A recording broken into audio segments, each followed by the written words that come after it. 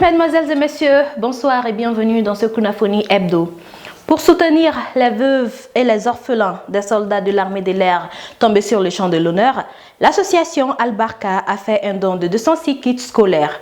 La cérémonie de remise s'est tenue à la base de l'armée de l'air le 30 décembre dernier. Suivons. Et habituellement, chaque année, nous les faisons au sein des écoles publiques et communautaires. Spécialement, nous avons ciblé les 206 orphelins de nos soldats tombés sur le champ de l'honneur de l'armée de l'air, spécialement pour les offrir des kits scolaires composés de sacs, de packs de cahiers et de matières géométriques afin qu'ils puissent commencer l'année scolaire très paisiblement et soutenir aussi d'un côté les mamans, ces braves mamans qui se battent pour qu'ils aient un avenir meilleur.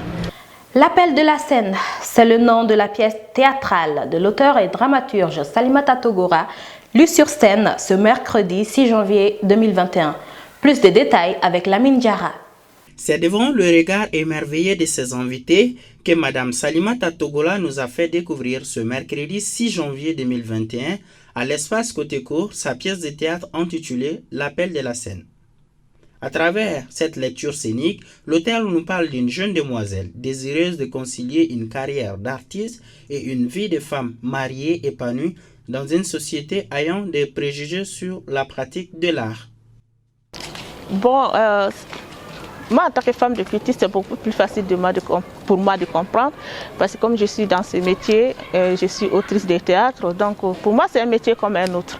Mais le problème qui se passe, c'est que ce métier-là ne va pas sans difficulté, surtout à l'endroit des femmes, parce qu'il y a beaucoup de préjugés dans notre société par rapport à ça. Et les femmes qui font du théâtre, qu'on les appelle les théâtrivolas, souvent ont du mal à se construire une vie familiale et sentimentale stable. Et en plus de ça, il y a aussi d'autres problèmes au niveau de leur métier. Donc ça leur demande ça leur demande beaucoup d'efforts de travailler, de s'engager, de se battre sur plusieurs terrains, sur le plan professionnel, pour s'affirmer en tant que professionnel et aussi pour justifier leur place. Et aussi sur le plan sentimental, où il y a aussi la pression de la société qui pense qu'une femme qui fait du théâtre n'est pas une femme assez sérieuse pour le mariage. Cette œuvre a pu voir le jour grâce à l'accompagnement du Fonds africain pour la culture qui vient en appui aux femmes œuvrant dans ce domaine, surtout en cette période de pandémie avec ses répercussions sur l'industrie de la culture. Notre objectif, c'est d'aider les femmes pour leur autonomisation. Parce qu'on a vu dans ce milieu, c'est vraiment difficile pour les femmes d'évoluer. Alors, surtout la situation, la société et notre éducation ne nous permet pas. Alors, qu'est-ce qu'on doit faire pour leur donner cet espoir? Donc, nous, on est là pour pousser les femmes à leur donner beaucoup de confiance parce qu'elles ont peur. Elles ont peur de s'engager sur cette voie dans l'art, surtout des métiers artistiques. Donc, on est là dans tous les disciplines de l'art pour leur former en même temps qu'elles soient sur scène et puis vivre de ce métier-là. La Covid-19 n'ayant épargné aucun secteur au Mali, le directeur du Cinémagique ex-Babemba nous raconte les mésaventures et pertes financières subies par la salle de cinéma au micro de Bakary Abdoukoni. Bon, en chiffre, on est quand même, rien que par rapport au truc d'exploitation, on peut estimer qu'on a à peu près dans les 24 millions par mois qu'on perd. Alors que les charges sont toujours là, que les salles soient fermées ou ouvertes, donc les appareils tournent toujours.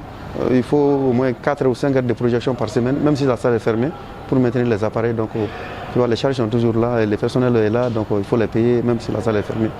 Pas licencier, parce que c'est ce que je vous disais, on a 2 salles, mais les projectionnistes sont là. Chaque semaine, il faut faire la projection 4 heures minimum pour maintenir les appareils. Même si la salle est fermée, on projette dans la salle vide au moins durant 4 heures de temps, chaque semaine. Donc les projecteurs, quand il les met en chômage, qui va projeter? En vrai, ceux qui font le nettoyage, on ne peut pas laisser la salle sous les poussières. Parlant de mésaventures, Amagoro, directeur du Centre Soleil d'Afrique, nous relate les difficultés que traversent les acteurs culturels. Bakary Abdoukoni. Entraver le fonctionnement de la mise en œuvre de nos activités. Et puis, parce que Covid-19, ce n'est pas le Mali seulement, c'est un peu partout dans le monde. Donc tu ne peux pas te dire, bon, ici, c'est pas bon, je vais faire les activités là-bas. Donc c'est partout dans le monde. Et nous, nous sommes dans le domaine surtout des arts visuels, et qui est déjà un secteur très compliqué au Mali. et qui n'a pas un grand marché potentiel. Donc vous pouvez imaginer tout ce que ça peut nous amener comme difficultés financières. C'est tout pour ce Kunafoni Hebdo. Merci de l'avoir suivi et bonne suite de programmes sur kunafoni.com.